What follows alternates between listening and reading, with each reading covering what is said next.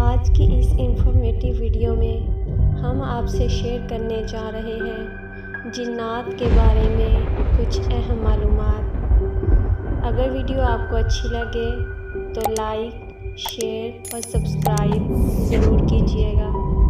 تو آئیے سٹارٹ کرتے ہیں ہماری آج کی ویڈیو۔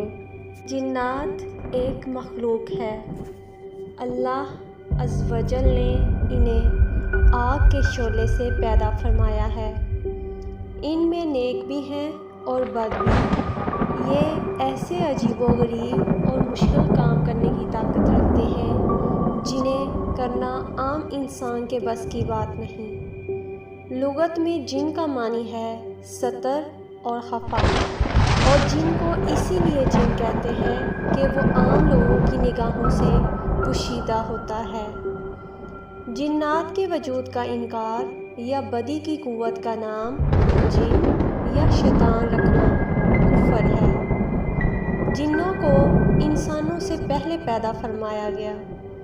حضرت سیدنا آدم علیہ السلام کی تخلیق سے 2000 سال پہلے زمین پر جنات رہتے تھے۔ انسانوں کے مقابلے میں جنات کی تعداد 9 گنا ہے۔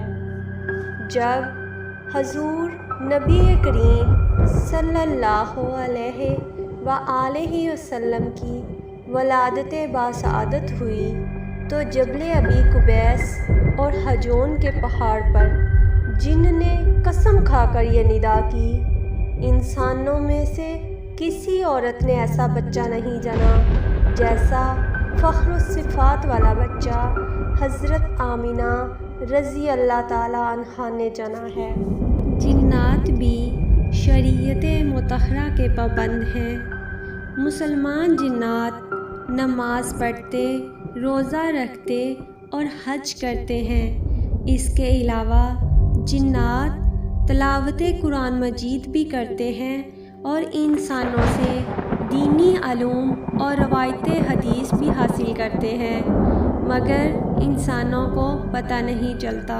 جنات سے حفاظت کے لیے قرآن پاک کی جن صورتوں اور آیات کی تلاوت کرنی چاہیے ان کے نام کچھ اس طرح سے ہیں: آیت الکرسی، یاسین شریف، سورہ بقرہ، سورہ حشر کی آخری آیات، سورہ اخلاص، سورہ فلق اور سورہ ناس۔